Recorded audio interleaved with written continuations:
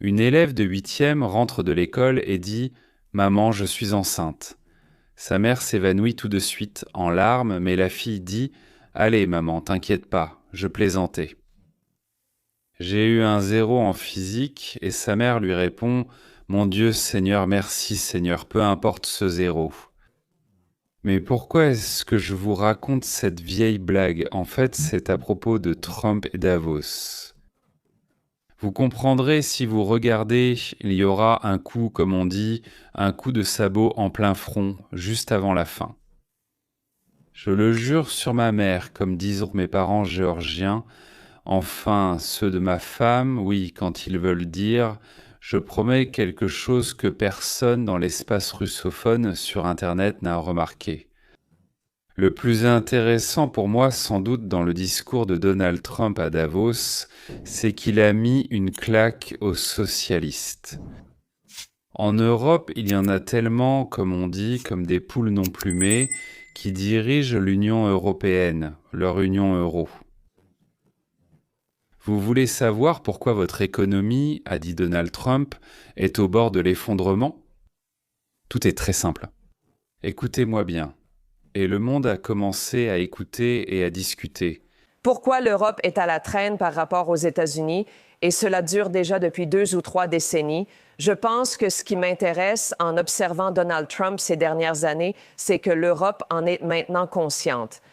Ils soutiennent son idée que la baisse des impôts, moins de réglementation, l'abandon du Green New Deal et autres mesures profitent aux États-Unis et aussi à l'Europe. Même le Fonds monétaire international, institution mondialiste, le confirme. Je pense donc qu'il a un public réceptif. Le discours était évidemment rempli de piques envers certains pays. Il a surtout critiqué la Suisse, ce qui était assez intéressant vu qu'ils accueillaient ce forum. Eh bien, je pense que bien sûr, ce à quoi le marché réagit, c'est oui, le rejet de l'idée que nous allons envahir le Groenland. J'ai trouvé que c'était un argument intéressant. Pourquoi avons-nous, dans une certaine mesure, le droit sur le Groenland, après avoir sauvé l'Europe et le Danemark des nazis, puis en ayant essentiellement la souveraineté sur le Groenland et en l'ayant rendu? D'ailleurs, je ne savais pas qu'après avoir libéré le Danemark ainsi qu'une partie de l'Europe des nazis, les États-Unis avaient également pris le Groenland à l'Allemagne. Eh bien, ils l'ont ensuite rendu au Danemark. Intéressant, n'est-ce pas? Ce qui d'ailleurs est très facile à prouver parce que si on regarde la carte, on voit où se trouvent les installations de missiles russes. Le Groenland bloque la route des États-Unis et crée une zone tampon. Je pense que c'était efficace, même si c'était long et un peu confus. Donc, historiquement, stratégiquement, et aussi malheureusement par bonne volonté, l'Europe aurait dû céder le Groenland aux États-Unis. Donc voilà ce que Trump a dit. L'OTAN aime Trump, elle ne peut pas vivre sans Trump. Et voici Trump est le secrétaire général de l'OTAN. Le produit intérieur brut a augmenté de 2 à 5 % grâce à notre collaboration. Tout s'est très bien passé et nous en sommes satisfaits. Marc, donc nous allons parler de différentes choses. Nous allons parler du Groenland. Je pense que cela pourrait surgir dans notre discussion.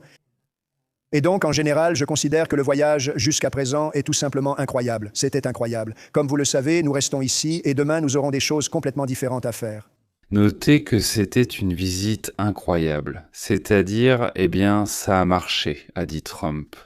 Donc avant cela, avec le secrétaire général, nous avons accompli beaucoup de choses ensemble. Ensemble, ce n'est pas que moi qui ai obtenu quelque chose de l'OTAN, non, c'est ensemble, avec lui, ensemble. Et voici ce que pense l'OTAN à propos de Trump. En fait, forcer les Européens et le Canada à vraiment s'activer. Et cela a conduit à l'énorme succès que nous avons obtenu à La Haye. 5% essentiel pour se protéger et s'aligner sur les États-Unis.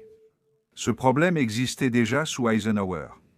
Je dis toujours aux Européens, vous êtes totalement engagés envers l'OTAN, mais il y a un facteur irritant, et c'est le fait que les Européens ne payaient pas autant que les États-Unis. Nous avons résolu ce problème, ce qui est crucial car nous avons besoin d'argent pour nous protéger. J'ai entendu quelque chose de votre part hier et aujourd'hui. Vous n'étiez pas certain que les Européens aideraient les États-Unis en cas d'attaque? C'est-à-dire que Trump a exprimé un doute sur le fait que l'Europe viendrait rapidement en aide aux États-Unis en cas de besoin. C'est Trump qui a réagi aux cris de Macron depuis ce même Steinmeier, à leur crise d'hystérie. Donc le chancelier allemand s'est vite ravisé. Au fait, ces deux libéraux sont allés trop loin et, comme on dit, ils ont tellement joué qu'ils se sont fait dessus. Et maintenant, ce que Trump a dit après cette conversation avec la direction de l'OTAN, non seulement avec le secrétaire général, mais aussi avec un certain nombre de militaires. La décision concernant le Groenland a été prise. Nous avons des nouvelles de dernière minute. Le président Trump a déclaré qu'il avait, je cite, « les grandes lignes d'un accord sur le Groenland ». Il a écrit sur TRUTH Social, je cite. À l'issue d'une rencontre très productive avec le secrétaire général de l'OTAN, Mark Ryucha, nous avons établi les bases d'un futur accord concernant le Groenland et, en fait, toute la région arctique. Cette décision, si elle est mise en œuvre, sera excellente pour les États-Unis d'Amérique et pour tous les pays de l'OTAN. Grâce à cet accord, je n'imposerai pas les droits de douane prévus le 1er février. L'Europe et l'OTAN ont proposé quelque chose à Donald Trump, dont nous ignorons encore les détails, mais je pourrais vous donner une estimation vers la fin. Donald Trump a accepté. Les détails restent à définir, nous ne savons pas.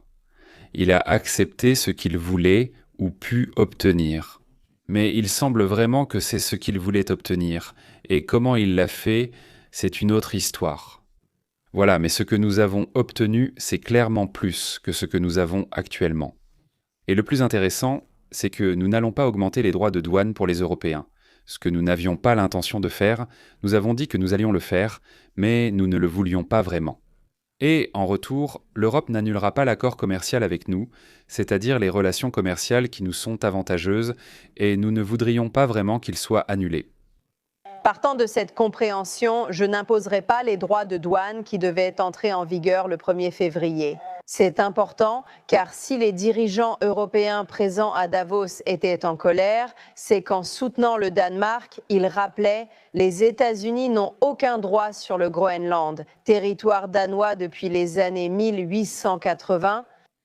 Ce week-end, la présidente a annoncé « puisque c'est votre avis », j'imposerai 10% de droits de douane à une demi-douzaine de pays européens en février, puis une taxe de 25% cet été. Cela a fortement irrité les dirigeants européens qui ont passé l'année à négocier, à la demande de la présidente, un nouvel accord pour réduire les droits de douane. Oui, ils seront soulagés que ces droits de douane ne soient pas imposés.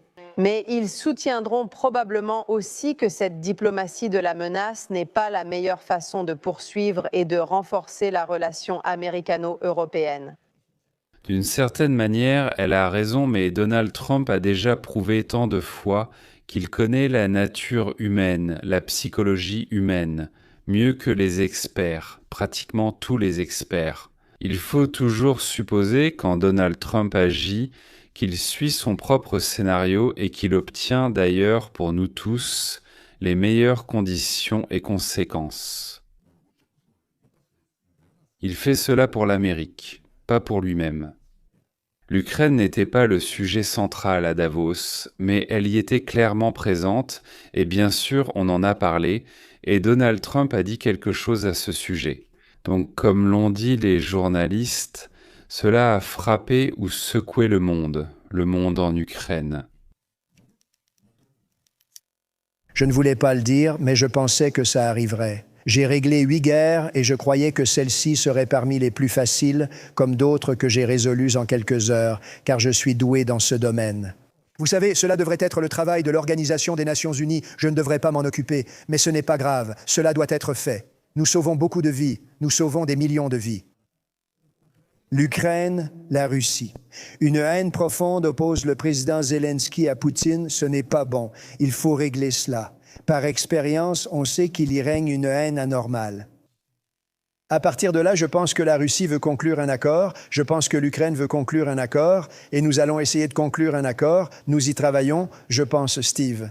Nous sommes assez proches. Souvent, nous avons un accord avec la Russie, mais le président Zelensky refuse, même si la Russie est prête. Vous l'avez vu dans le bureau ovale, cela ne m'a pas plu. Le président Zelensky voudra un accord, mais pas Poutine. Trouver un accord est un équilibre complexe et très sérieux. C'est tout simplement, vous savez, en un mot, c'est un véritable bain de sang. C'est horrible. Ce qui se passe en ce moment, c'est une guerre de drones. Les drones tuent, vous savez, des milliers de personnes, chaque semaine des milliers. Nous devons arrêter cela. Je pense qu'ils en sont à ce stade. Je rencontrerai le président Zelensky plus tard aujourd'hui. Ils peuvent maintenant se réunir et conclure un accord. Sinon, ils sont stupides. C'est ça qui a bouleversé le monde. Et s'ils ne trouvent pas d'accord, ce sont des idiots, surtout quand Trump et Poutine ne sont pas du tout aimés. Négocier avec tous ces gens, obtenir d'eux ce qu'il faut, dire des méchancetés. Et lui ? La première fois, il a dit « idiot », c'est vrai, puis il a commencé à dire que lui, bien sûr, n'est pas idiot. Oui, bon, écoutez, donc, c'est simple et clair.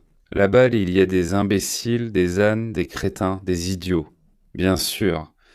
De quoi Vladimir Poutine a-t-il peur s'il arrête la guerre sans victoire ? Eh bien, évidemment, c'est justement un énorme obstacle à la fin de la guerre. Cela signifie aussi que Volodymyr Zelensky et son entourage doivent assurer leur sécurité. Cela signifie qu'ils ne seront pas tous emprisonnés pour vol, corruption et escroquerie à grande échelle. Eh bien, ils ne seront ni emprisonnés, ni fusillés, ni écartelés, ni déchiquetés en petits morceaux. Dès que, donc, les grands dirigeants des deux États frères trouveront comment résoudre ces problèmes, ceux de Poutine et de Zelensky. Poutine, son entourage, Zelensky et le leur, c'est clairement un niveau collectif entre Poutine et Zelensky, pas seulement ces personnes. Alors, la paix viendra en Europe de l'Est dès qu'ils auront résolu ces deux problèmes. La paix viendra en Europe de l'Est. Eh bien sûr, on a aussi beaucoup parlé du Groenland. Un énorme morceau de glace.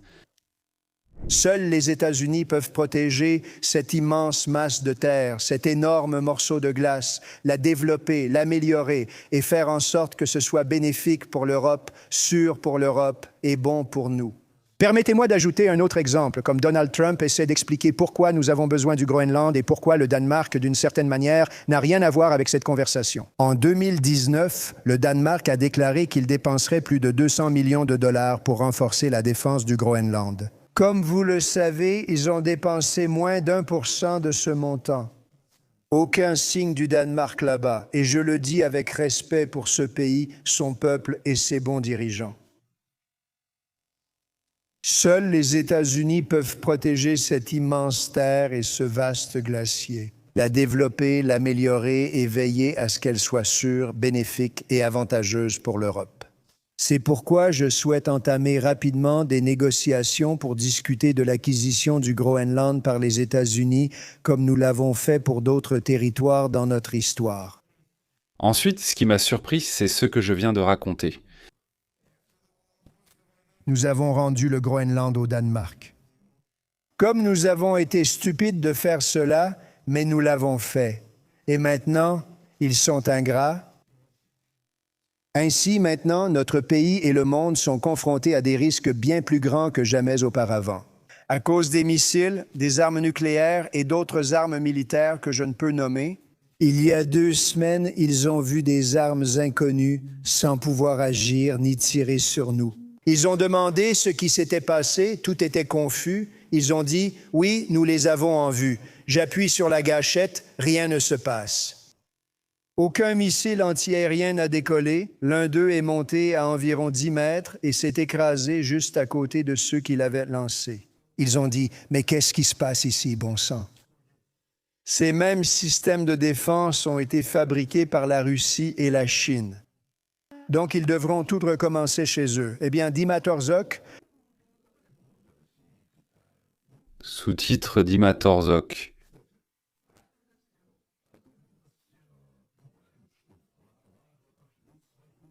Elle doit d'abord décoller pour aller à Mar-a-Lago, sinon il n'y a aucun moyen, elle ne peut aller nulle part.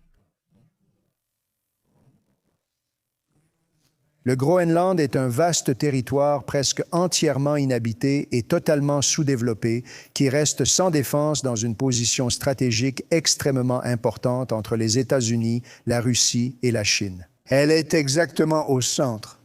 Que s'est-il passé à Davos ? Pourquoi le discours de Trump est-il déjà qualifié d'historique ? Larry Kudlow l'explique. J'ai déjà présenté Larry. C'est un économiste sérieux, il a travaillé pour Trump, il avait ses propres émissions, beaucoup, c'est un économiste, un conseiller et ainsi de suite. Eh bien, écoutons.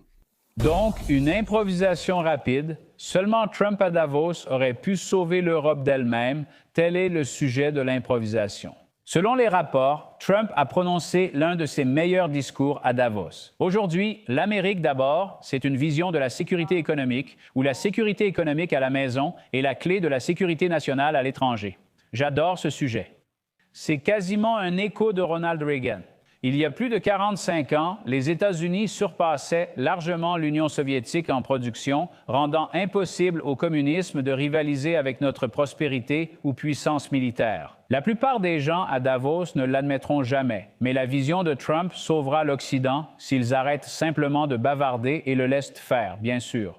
Il a affirmé ne pas recourir à la force pour ses inquiétudes sur le Groenland, le Dôme d'Or et le salut de l'Occident. Voici une citation. « Je n'ai pas besoin d'utiliser la force, je ne veux pas utiliser la force, je n'utiliserai pas la force. » Il a dit cela à peu près au milieu de son discours. L'idée que Donald Trump aurait ouvert le feu sur ses alliés n'a pu être inventée que par des médias complètement déjantés et d'extrême gauche qui ont essayé d'amplifier le problème pendant des semaines.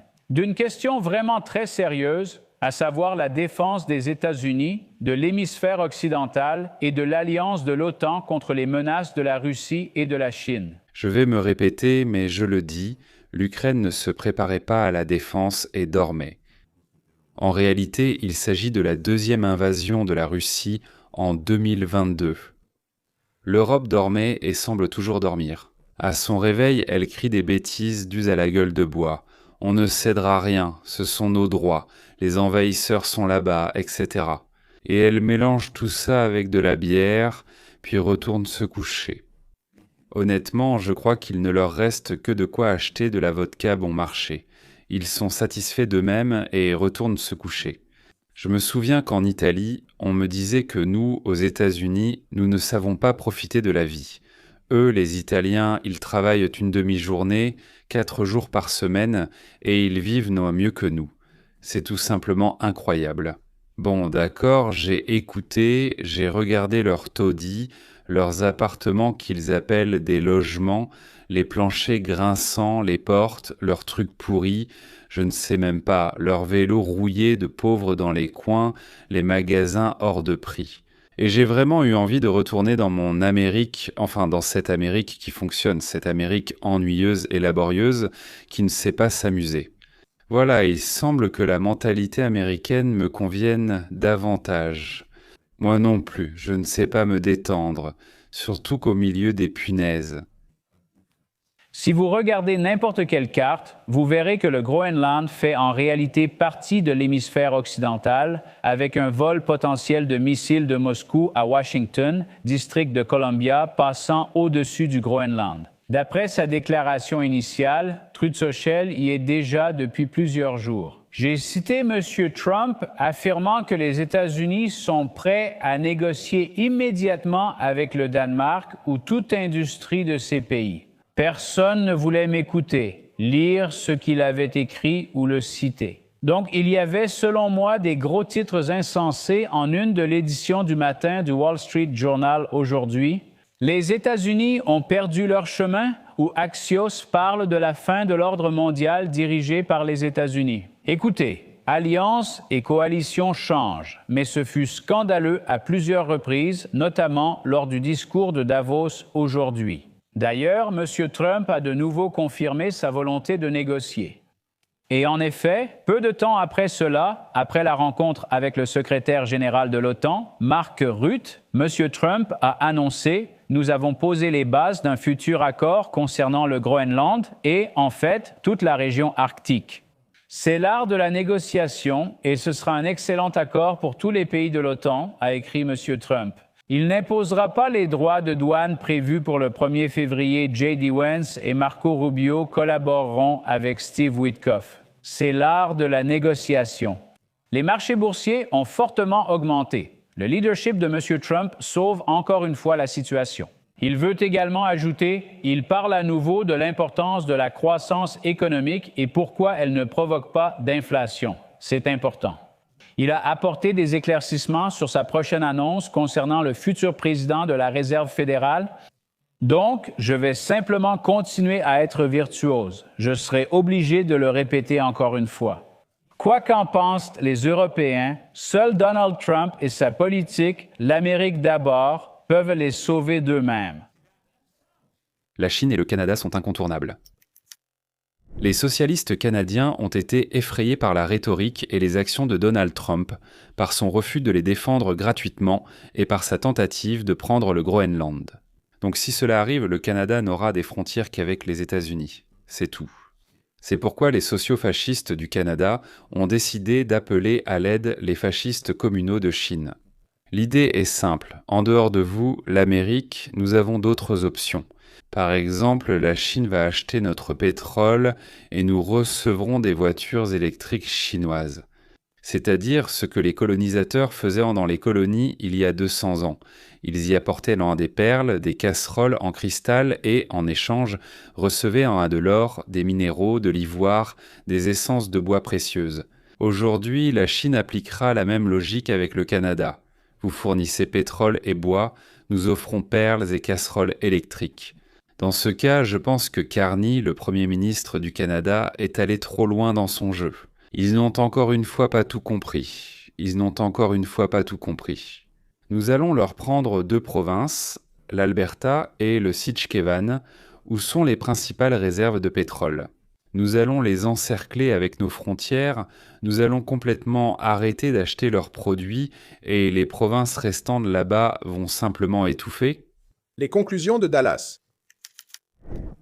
En plein effondrement, 2 heures après le discours de Trump à Davos, l'accord a été conclu, qualifié de discours de l'année et a pleinement répondu aux attentes. Voici les principaux points, mais d'abord les dernières nouvelles urgentes.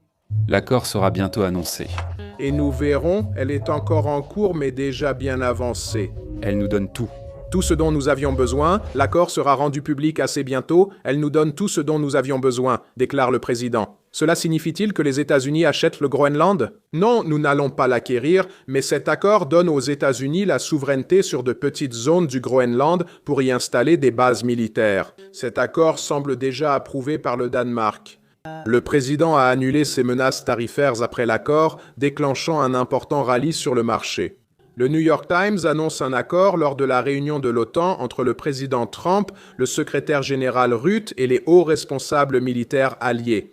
Elle a évoqué un compromis où le Danemark céderait aux États-Unis la souveraineté de petites zones au Groenland pour y construire des bases militaires.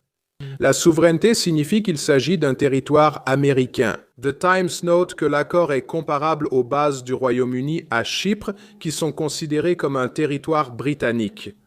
Après une semaine d'hyperbole, où démocrates et presse paniqués affirmaient que c'était la fin de l'hégémonie américaine, de l'OTAN, ou que la Troisième Guerre mondiale arrivait, etc. Ils semblent assez stupides maintenant, surtout après avoir vu ce scénario à plusieurs reprises.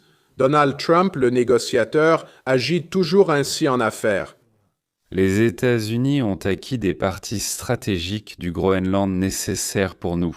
En coulisses, il y avait bien sûr des négociations sur les droits concernant les terres rares, le pétrole, les minéraux, ainsi que sur l'organisation d'usines et d'installations de transformation, et aussi sur le hub d'intelligence artificielle, les hubs ZE. En russe, ce serait probablement alors sur le territoire du Groenland, sur notre partie ou sur la partie danoise, honnêtement je ne sais pas, mais il y aura alors une petite partie américaine là-bas, une grande partie danoise.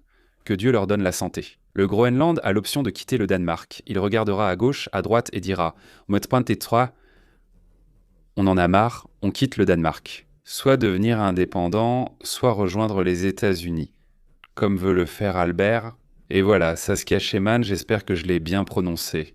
Enfin, comme en rêveraient les Vénézuéliens, les Mexicains, les Iraniens et beaucoup d'autres. Ainsi, une autre saga s'est terminée. Une autre victoire de Trump, une nouvelle leçon de diplomatie pour le monde, une raison de plus d'être fier de notre président.